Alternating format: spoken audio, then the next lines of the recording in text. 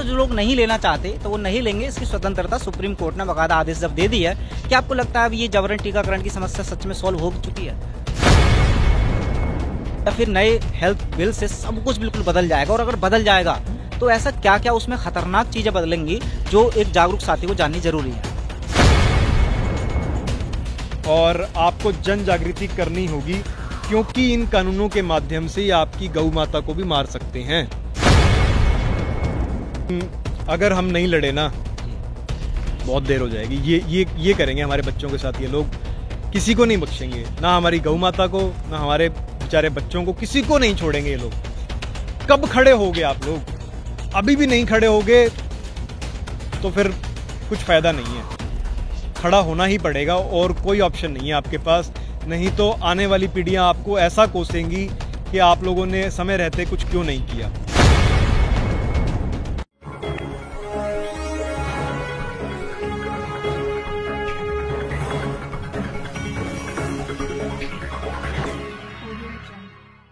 नमस्कार, मैं हूं सुमित आजाद और आप देख रहे हैं ग्लोबी न्यूज। एक बार फिर से हमारे साथ जुड़े हुए हैं क्रांतिकारी वकील एडवोकेट साहिल गोयल जी।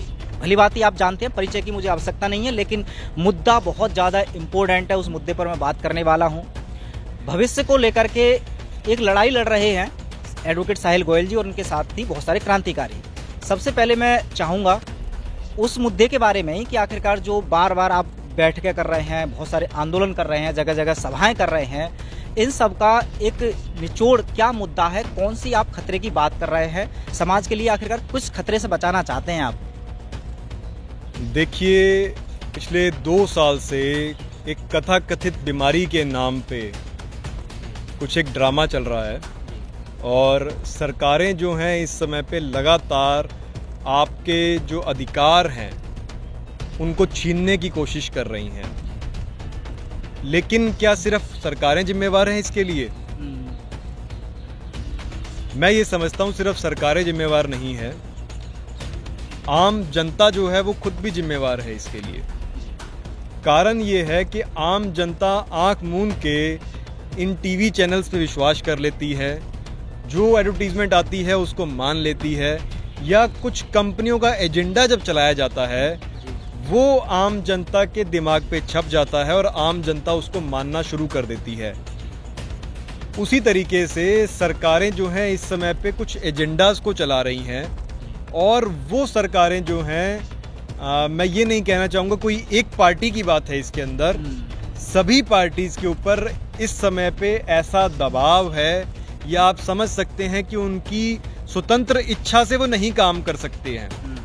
अगर आप गहराई से समझेंगे तो इन लोगों के ऊपर भी कुछ ताकतें हैं, जो ताकतें इनको दिशा निर्देश देती हैं। उन ताकतों के द्वारा इस प्रकार के जो ये बीमारी के नाम पे कुछ चल रहा है, मैं शब्दों का प्रयोग नहीं करूंगा, वो जो ट्रेंडिंग बीमारी है जिसकी वो बूटी लगाई जा रही है आपको लगातार बार बार, जिसकी 3 बूटियां आ चुकी हैं और चौथी की इनकी तैयारी है, उस बीमारी के नाम पे वो बूटियां लगाना उनका मेन पर्पस था। आपके सारे अधिकार छीनना उनका पर्पस है, आपको अलग थलग करना ये उनका पर्पस है। तो इसी के इसमें सुप्रीम कोर्ट ने तो चूंकि ये समस्या काफी अच्छे रूप में समाधान कर दी है लोगों को, क्योंकि अगर टीका अगर मैं कुछ खतरनाक है, कुछ खतरा भी है उससे, तो जो लोग नहीं लेना चाहते तो वो नहीं लेंगे, इसकी स्वतंत्रता। सुप्रीम कोर्ट ने बाकायदा आदेश जब दे दी है, क्या आपको लगता है अब ये जबरन टीकाकरण की समस्या सच में सॉल्व हो चुकी है? देखिए, अभी भी इस प्रकार के लगातार ऐसे आदेश आ रहे हैं जी, जिसके अंदर कहा जा रहा है कि आप उस बूटी का सर्टिफिकेट लाके दीजिए, लगातार आ रहे हैं। आज भी शायद मध्य प्रदेश से और छत्तीसगढ़ से कुछ जो मेरे पास आदेश आए थे, जो कुछ ऑर्डर्स की कॉपी आई थी मेरे पास, उनके अंदर भी इसी प्रकार की बातें हैं। और साथ साथ में कुछ राज्यों में तो यहाँ तक हो रहा है कि वहाँ पे वो पूरा का पूरा डाटा पब्लिश करेंगे अखबारों के अंदर या दूसरे मीडिया के अंदर कि इन लोगों ने तो बूटी ले रखी है और इन्होंने नहीं ले रखी है जी। तो इस प्रकार का भेदभाव करना और ये दिखाना कि इसने नहीं ले रखी है, इस तरीके से वो समाज को तोड़ने की कोशिश कर रहे हैं जी। तो सुप्रीम कोर्ट ने जो बातें कही हैं, आपको ये समझना होगा कि जब तक कोई कानून नहीं होता जी, तब कुछ और बात होती है, और जब कोई कानून आ जाता है उसके बाद क्या होता है, और उसके बाद जब लेजिस्लेचर से वो पास हो जाता है तो उसके बाद अदालतों की कैसे बाउंडेशन हो जाती है, आपको ये भी समझना होगा। साथ साथ में आपको ये समझना होगा कि सुप्रीम कोर्ट के ऑर्डर के अंदर उन्होंने बिल्कुल कहा है कि फोर्स नहीं होना चाहिए, लेकिन उन्होंने साथ साथ ये कहा है कि सरकारें डिसाइड करें जब ये कोई बीमारी ज़्यादा फैल रही हो, उस समय पे रिस्ट्रिक्शंस रीजनेबल लगाना वो सरकारों का अधिकार है और सरकारें लगा सकती हैं। इस प्रकार की बातें उन्होंने कही हैं। तो आपको ध्यानपूर्वक तरीके से सुप्रीम कोर्ट की जजमेंट पढ़ने की आवश्यकता है। अच्छा, तो जो सुप्रीम कोर्ट ने एक प्रकार से आदेश दे दिया, वो भी अपने आप में एक कानून तो है ही ना, कि अभी तो बिना रीजन के जो आपने एग्जाम्पल दिए, बहुत सारे राज्यों में अभी भी टीकाकरण का सर्टिफिकेट मांग रहे हैं, भेदभाव भी कर रहे हैं, जिन्होंने टीका लिया है जिन्होंने नहीं लिया है। तो क्या ये राज्य सरकार है सुप्रीम कोर्ट के अंडर नहीं आती? अब ऐसे में अगर ये आदेश मिल भी रहे हैं, कोई जो साथी इस समस्या से जूझ रहे हैं, अब सुप्रीम कोर्ट के इस आदेश का कुछ इस्तेमाल करके क्या इससे बच सकते हैं? क्या तरीका है फिर समझने? देखिए, जन जागृति सबसे बड़ा हथियार है इसके अंदर। अगर जनता नहीं जागेगी तो 100% गुलामी आएगी, और ऐसी गुलामी आएगी कि चाइना में जो आपको गुलामी दिख रही है इस समय पे, जो टॉटलिटेरियन गवर्नमेंट आपको दिख रही है चाइना के अंदर, जो डिक्टेटरशिप आपको चाइना में दिख रही है, या जिसको पुलिस स्टेट कहते हैं, वो आपको दिख रही है चाइना में, वो आपको छोटी महसूस होगी, क्योंकि एजेंडा 2030 आ रहा है। उस एजेंडा 2030 को ये लोग आपको चाशनी में लपेट के दिखाएंगे, लेकिन उसके पीछे क्या हिडन एजेंडाज हैं आपको ये जानना होगा। वो आपको कहेंगे कुछ और, लेकिन उसके माध्यम से करेंगे कुछ और। आपको कहेंगे कि ये कैमराज हम आपकी सेफ्टी के लिए लगा रहे हैं सड़कों के ऊपर, हर गली चौराहे के ऊपर, लेकिन उसके माध्यम से कैसे आपकी सर्विलेंस होगी। कैसे भारत सरकार ने ये कहा कि वर्चुअल प्राइवेट नेटवर्क वीपीएन, जिसके माध्यम से आपको पता हो कि इंटरनेट एनोनिमिटी होती है, उसके ऊपर उन्होंने बाउंडेशन लगा दी कि आप अगर इसका डाटा मेंटेन नहीं करेंगे 5 साल तक तो आपको सजा मिलेगी, जितने भी वीपीएन प्रोवाइडर्स हैं उनको। तो ये लोग आपको बताते कुछ और हैं। आपकी सेफ्टी सिक्योरिटी के नाम पे ही इन लोगों ने आपको घरों में बंद किया था, याद कीजिए। सुमित जी, मैं आपसे पूछना चाहूंगा कि 135 करोड़ से ऊपर की जनसंख्या हमारी, क्या सबको जेलों में भरना संभव है? बिल्कुल भी नहीं। तो मैं आपको बताना चाहूंगा, किसी भी व्यक्ति की मानसिक प्रोग्रामिंग करने के लिए उसको अलग थलग करते हैं, उसको कहीं पे बंद कर सकते हैं, इस प्रकार से उसकी मानसिक प्रोग्रामिंग की जाती है। तो पिछले 2 साल के अंदर जो तालाबंदी की जा रही थी, जो आपको घरों में बंद किया, क्या उसकी जस्टिफिकेशन मिली आपको? क्या लोगों के जो धंधे बर्बाद हो गए, क्या उनको उनका हर्जाना मिला क्या आज तक? अच्छा, ये जो नुकसान हुआ ये तो हुआ ही, इससे बहुत सारी जनता जूझ रही है। अब चर्चा चल रही है एक नया हेल्थ बिल भी आने वाला है। अब एक तरफ ये नए हेल्थ बिल की बात चल रही है, एक तरफ सुप्रीम कोर्ट का ये आदेश आ रहा है और ये बताने की कोशिश कर रहे हैं कि एक राहत टाइप की है।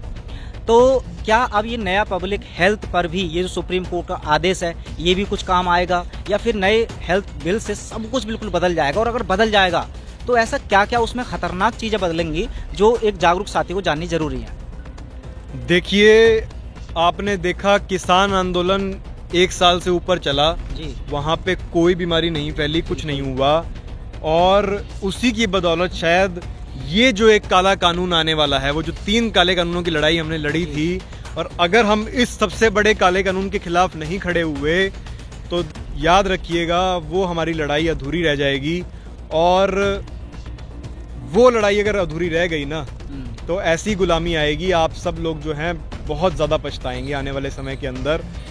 ये जो काला कानून है, इसका नाम है public health prevention, control and management of epidemics, bioterrorism and disaster bill 2017।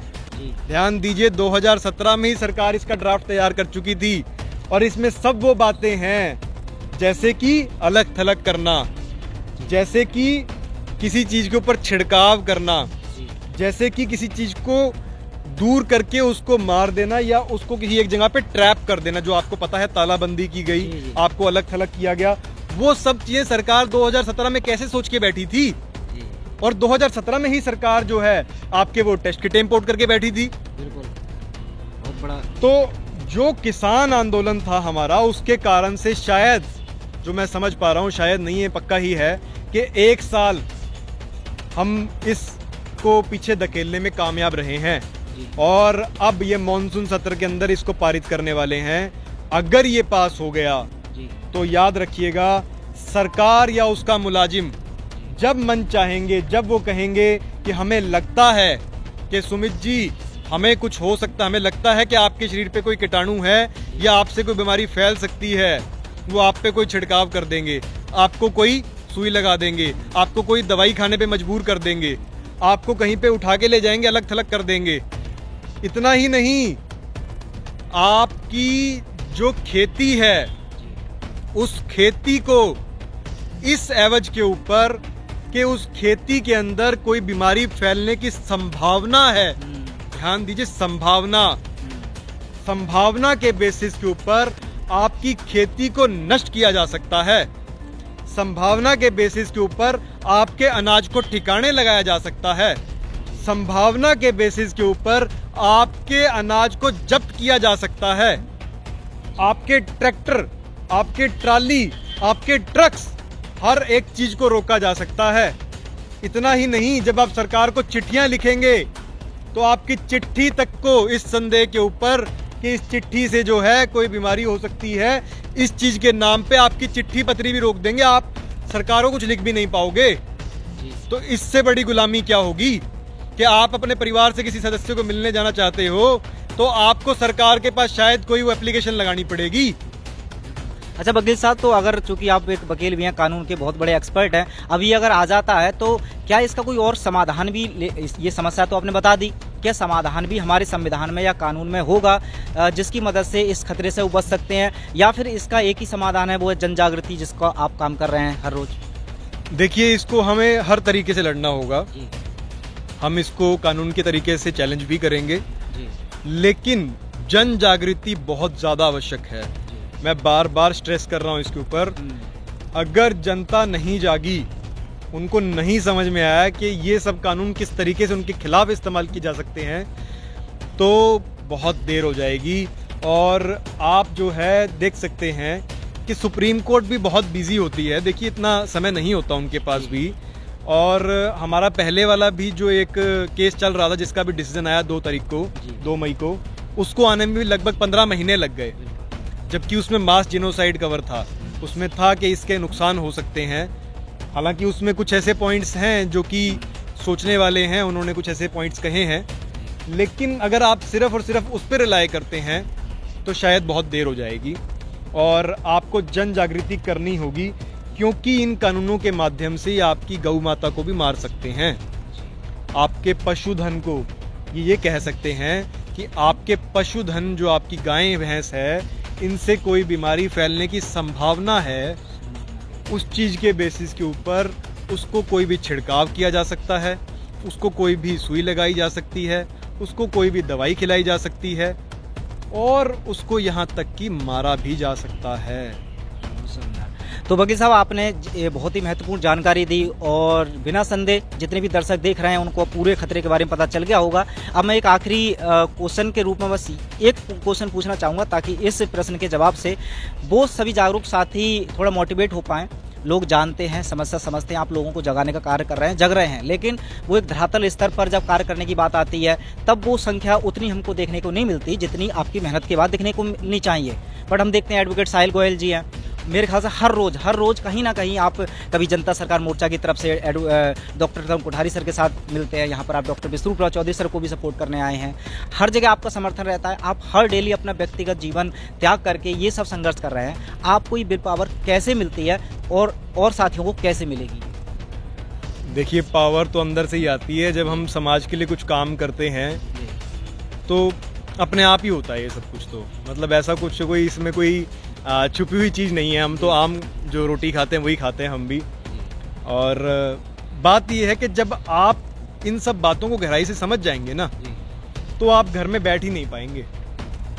मैं नहीं समझता हूँ, जिस आदमी के अंदर ज़मीर है, जिस आदमी के अंदर थोड़ा भी लड़ने का जज्बा है, जो थोड़ा भी समझता है कि हाँ गुलामी आएगी तो उसके क्या नुकसान होंगे, जिन लोगों ने पुराने लोगों की कहानियाँ पढ़ी हैं, जिन लोगों ने पुराने क्रांतिकारियों की सारी बातें और उनकी किताबें पढ़ी हैं वो समझ सकते हैं कि ऐसी गुलामी अगर आएगी तो आप घर में बैठ के तो कुछ कर ही नहीं सकते, आपको निकलना ही पड़ेगा और कोई चारा नहीं है। नहीं तो ये पक्का मारेंगे आपको, 100% मारेंगे। आपकी ऑटोमेटिकली आपके ब्रेन की मैपिंग हो रही है आपके मोबाइल के माध्यम से भी। सारे एल्गोरिथम सेट हो चुके हैं इस चीज के लिए। उनको पता है कि जो व्यक्ति 1% भी जागृत है या तो वो उसको सुलाएंगे किस तरीके से, चाहे वो बूटी लगा के हो, चाहे वो दवाइयाँ खिला के हो, क्योंकि आप देखिए दवाइयाँ भी आ चुकी हैं इसके लिए। 19 कंपनियों को सरकार ने अनुमति दे दी है इन दवाइयों के लिए, उसी के लिए जिसके लिए बूटी लगाई जा रही थी, और अब उसके लिए दवाइयाँ भी दी जाएंगी। जी चलिए, तो ये थे एडवोकेट साहिल गोयल जी, जिन्होंने आपको समस्या बताई है, समाधान भी बताया है। अब आपके ऊपर डिपेंड करता है कि आप सिर्फ सुन करके इसको छोड़ देते हैं या अपने बच्चों को, अपनी पीढ़ियों को, अपने परिवार को, अपने समाज को बचाने के लिए जमीन पर उतरते हैं। ये जो है, ये आप अब ये एजेंडा जो चल रहा है इसमें अभी देखिए कि ये लोग ये कहेंगे कि गौ माता जो है डकार मार रही है, और गौ माता डकार मार रही है उसके नाम पे ये आपको कहेंगे कि धरती गर्म हो रही है। इस चीज के नाम पे पहले ये गौ माता को मास्क पहनाएंगे, जो मुंह पे कपड़ा पहनाएंगे, और आने वाले समय में ये भी कहेंगे कि गौ से इतनी ज्यादा गर्मी पैदा हो रही है और वो डकार मार रही है, इससे कुछ गैसेस प्रोड्यूस हो रही हैं, तो वातावरण गर्म हो जाएगा और जो इससे ग्लोबल वार्मिंग होगी, और उसके बाद ये आपकी गौ माता को मारना शुरू कर देंगे। अगर हम नहीं लड़े ना, बहुत देर हो जाएगी। ये करेंगे हमारे बच्चों के साथ ये लोग, किसी को नहीं बख्शेंगे, ना हमारी गौ माता को, ना हमारे बेचारे बच्चों को, किसी को नहीं छोड़ेंगे ये लोग। कब खड़े होगे आप लोग? अभी भी नहीं खड़े होगे तो फिर कुछ फायदा नहीं है। खड़ा होना ही पड़ेगा और कोई ऑप्शन नहीं है आपके पास, नहीं तो आने वाली पीढ़ियां आपको ऐसा कोसेंगी कि आप लोगों ने समय रहते कुछ क्यों नहीं किया। इतना ही मैं कहना चाहूँगा। इनकलाब जिंदाबाद, वंदे मातरम। वंदे मातरम। धन्यवाद, बहुत बहुत शुक्रिया।